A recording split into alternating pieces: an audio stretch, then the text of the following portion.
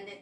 ఇంకా మన ఛానల్ ఎవరైనా సబ్స్క్రైబ్ చేసుకోకపోతే కంపల్సరీ సబ్స్క్రైబ్ చేసుకోండి, సపోర్ట్ చేయండి. ఇది చాలా యూస్ఫుల్, అది మీకు కూడా తెలుసు. సో ఇంకా ఎవరికైనా మీ ఫ్రెండ్స్ కి వాళ్ళకి షేర్ చేయాలంటే షేర్ చేసుకోండి.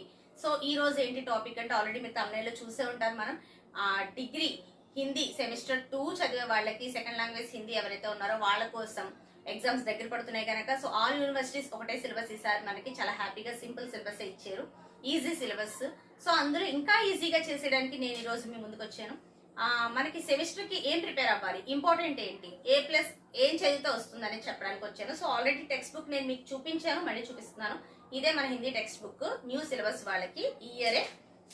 సో సెమిస్టర్ 2 రాసే వాళ్ళకి ఇందులో మనకి యూనిట్ 1 నుంచి వచ్చేస్తే మనకి కబీర్దాస్ సాకి ఫస్ట్ లెసన్, దోహేలు ఉంటాయి ఇందులో. అలాగే కబీర్దాస్ వ్యక్తిత్వ కృతిత్వ అని ఆయన గురించి ఒక క్వశ్చన్ అనమాట, లైక్ కవి పరిచయం అనుకోండి. అండ్ సెకండ్ వన్ సూర్దాస్ బాలవర్ణన్, థర్డ్ వన్ తులసీదాస్. ఇందులో ఏం ఇంపార్టెంట్ మేడం అంటే ఫస్ట్ కబీర్దాస్ అండ్ సూర్దాస్ ఈ రెండు బాగా చదువుకొని వెళ్ళండి. తర్వాత మీరు కావాలంటే తులసీదాస్ స్కిప్ చేసుకోవచ్చు, కవి పరిచయం ఒకసారి చూసుకొని వెళ్తే మంచిది, ఇంకా బాగా చదివే వాళ్ళు ఉంటాయి. లేదు అంటే ఓన్లీ టైం లేదు మేడం అనుకుంటే గనక ప్రైవేట్ గా కట్టే వాళ్ళు కూడా ఉంటారు గనక సో వాళ్ళు ఏం చేస్తారంటే 1-2 లెసన్స్ అనేవి బాగా ప్రిపేర్ అయిపోయి వెళ్ళిపోండి ఫుల్ గా. అంటే దోహేల్తో సైతం యానిటేషన్స్ తో సైతం ప్రిపేర్ అయి వెళ్ళాలి. యానిటేషన్స్ వెరీ వెరీ ఇంపార్టెంట్. సూర్దాస్ నుంచి అయితే నేను ఒకే ఒక యానిటేషన్ చెప్పాను. యానిటేషన్ నేను ఇచ్చిన నోట్స్ లో ఉంటుంది మీకు. సూర్దాస్ వ్యక్తిత్వ కృతిత్వం అలాగే యానిటేషన్, ఒకే యానిటేషన్ ఏది ఇచ్చినా అదే రాసేలాగా.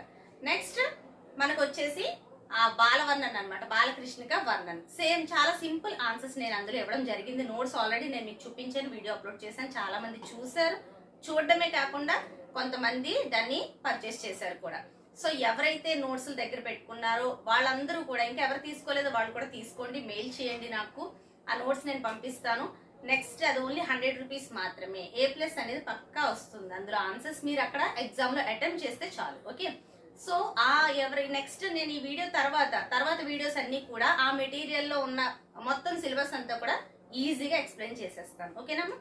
సో ఈ 2 లెసన్స్ యూనిట్ 1 నుంచి చదువుకోండి.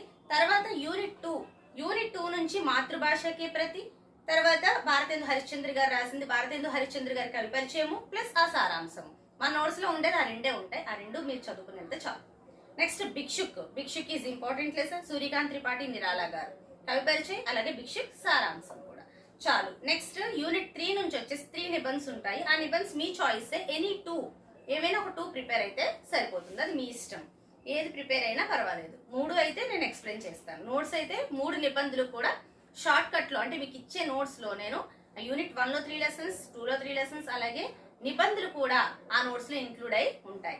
అలాగే మనకి టెక్స్ట్ బుక్ లోనే ఉంది యూనిట్ 4 మనకి పరిపత్ర అలాగే జ్ఞాపన్.